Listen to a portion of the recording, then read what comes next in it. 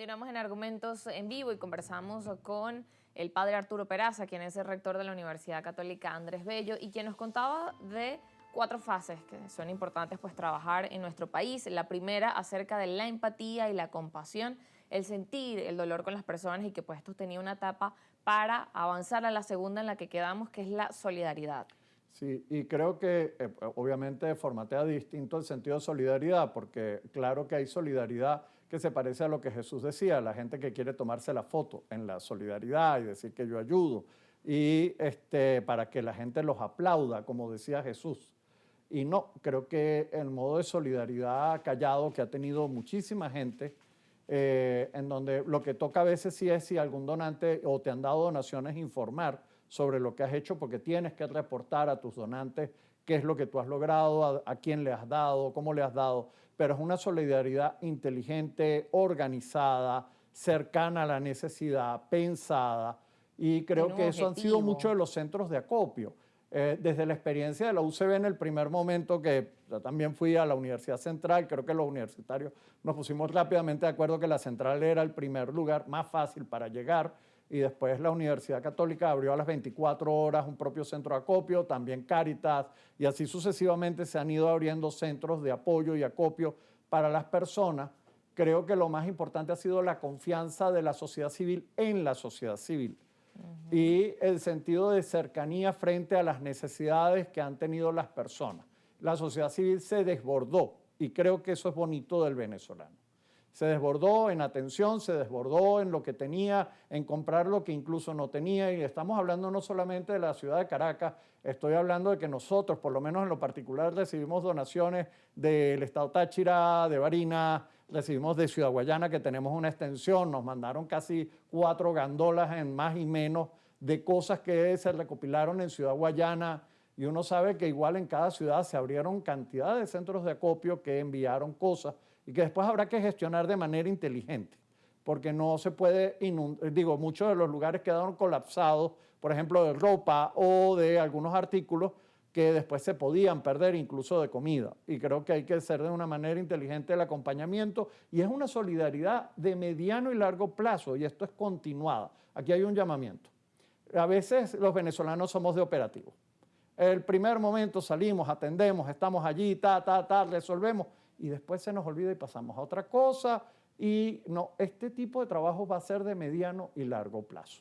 Por lo menos, sin duda, mediano plazo. Significa, hay gente que va a ir a refugios, esos refugios hay que atenderlos, tenemos niños en algunas zonas, eso hay que atenderlo. De alguna otra manera, la recuperación de las viviendas va a costar un tiempo, cómo vamos a acompañar ese proceso, cómo Claro, vamos a ¿dónde van a alimentar. ir estas personas? Claro, porque además algunos perdieron su centro de trabajo, entonces no tienen ni siquiera salario con qué mantener a su propia familia. Entonces hay que lograr unos mínimos de atención social que evidentemente a la larga el Estado va a tener que organizar de la mejor manera posible con la supervisión de la sociedad civil y de los organismos internacionales. Pero tenemos que garantizar que efectivamente a la gente le llega la comida que está haciendo falta, los enseres que están haciendo falta, de tal manera que efectivamente tenemos un plan de atención de mediano y largo plazo. De hecho, en la universidad muy rápidamente eso fue un tema de cuestión. Es decir, bueno, ahorita tenemos un centro de acopio, estamos atendiendo la emergencia, pero ¿cómo vamos a atender el mediano plazo? ¿Cómo vamos a hacer para que efectivamente las personas que van a durar, Dios quiera, lo menos posible, pero quizás van a durar varios meses en un centro de refugio, puedan tener lo necesario para poder vivir, para recuperar oportunidades de trabajo y eventualmente reconstruir su vida? Entonces, esas son cosas que la solidaridad tiene que ser pensada, tiene que ser una solidaridad inteligente. En todo caso, creo que sí, este elemento de ayuda al otro tiene que continuar, es importante. Lo que usted pueda donar en este momento o posteriormente va a ser importante y que la gente que está manejando acopio, por ejemplo Cáritas, uno puede meter la mano en el fuego de que efectivamente como organización de la Iglesia es una organización centrada y dedicada a específicamente atender este tipo de emergencias. Como esto, hay otras organizaciones de la sociedad civil, organismos Y también, internacionales que pueden hacer este trabajo, que probablemente van a crear modelos y estructuras para poder hacer esta atención a mediano y largo plazo. Y quizás los venezolanos tenemos que preguntarnos, bueno, en estos meses, estoy hablando en plural, ¿cuánto por ciento de mi salario le voy a dar a mantener, aunque sea algo de atención a aquellos que lo perdieron todo. Eso va a ser un tema de solidaridad. Por eso digo que la primera fase es muy importante para la segunda, porque si no, es un show. Y esto espiritualmente es muy triste. Creo que necesitamos mostrar que somos más que un espectáculo. Claro, y mantener esa conexión, porque no Así me es. desconecto de esa realidad, sino que me mantengo al tanto de cómo siguen esta cantidad de personas que no tienen hogar, que siguen teniendo necesidades. Yo vi, y me alegra que los universitarios, el Día del Niño, de los Niños, han atendido una gran cantidad de actividades en La Guaira y en otros centros de refugio. Creo que eso es importante, el tema de los abuelitos es un tema muy Sí. importante. Y obviamente quedan gente mutilada y discapacitada, o con capacidades reducidas o limitadas. Entonces, esto también hay que atenderlo y acompañarlo. De allí que uno tenga que hacer una tercera fase, que es la de planificación. ¿Cómo vamos a planificar el proceso de recuperación de La Guaira, de las personas? También en Caracas, obviamente, hubo efectos y también hay historias de personas en Caracas. Hay personas sin hogar. Sin hogar. Sin poder entrar Bueno, a y sus se cayeron dos edificios. edificios, ¿no? Al final del día. Y hay otros que efectivamente están irremisiblemente dañados, otros se podrán recuperar. Pero aquí viene lo importante. El trabajo de planificación significa en concreto que necesitamos de los técnicos en las distintas áreas para poder planificar efectivamente cómo llevar adelante un proceso de recuperación. Igual que uno siente que en la sociedad civil, en la sociedad política venezolana necesitamos un proceso de planificación que permita la recuperación de la institucionalidad, porque eso no es soplar y hacer botella, no funciona así, aunque uno quisiera.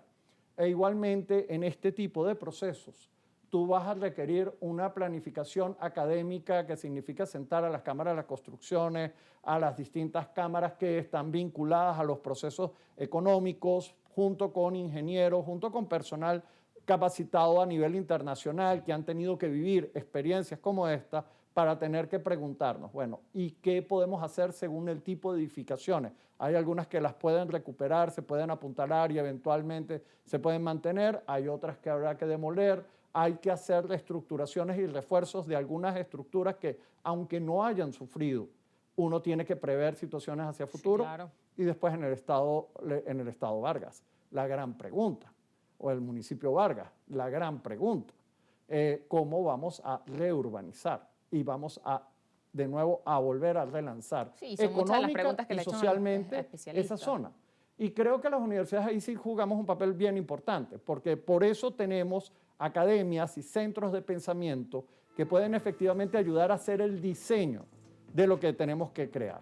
Creo que esto es importante. Cuando uno piensa, por ejemplo, en poblaciones como Puerto Ordaz, que fue diseñada por una universidad americana, por cierto, que hizo el diseño fundamental de esa ciudad y efectivamente ella es funcional, tendríamos que preguntarnos qué diseño hay que hacer para este estado y esta ciudad, que es La Guaira, de manera tal que efectivamente pueda haber nuevamente un desarrollo económico, un desarrollo, unas oportunidades para la población que allí vive y para la gente de Caracas, que somos los que más utilizamos el litoral central, pero que respete el medio ambiente y las condiciones de esa zona. Bueno, esto requiere esa capacitación de profesionales venezolanos con profesionales extranjeros, con foros que podamos abrir para efectivamente pensar, desarrollar y ayudar a que el Estado pueda conseguir los caminos de por dónde hay que acelerar los procesos de inversión. Claro, y eso es bien importante porque nos habla de la oportunidad de, porque como le decía, bueno, en las redes sociales está ese debate, se puede construir o no en La Guaira no se puede volver a construir, ya dejó de existir, pero realmente es eso, sentarse a planificar cuáles son las oportunidades y buscar precisamente de los expertos, de la mano de los expertos, de otros países también que como vemos, esta actividad sísmica no es particular de Venezuela. Hay otros países que viven con esa dinámica sísmica y han logrado diseñar esas ciudades para esas condiciones. Y ahora, bueno, nos toca pues pensar, como usted decía, planificar para las condiciones que ahora tenemos en Venezuela, que ya veníamos con registro, pero que no nos habíamos sentado, ¿no?, a pensar y a planificar. Y muy bien pues realizarlo de la mano de las universidades. Nos vamos a la pausa y al regreso pues vamos a conocer entonces esa cuarta fase de ese proceso de reconstruir. Ya venimos.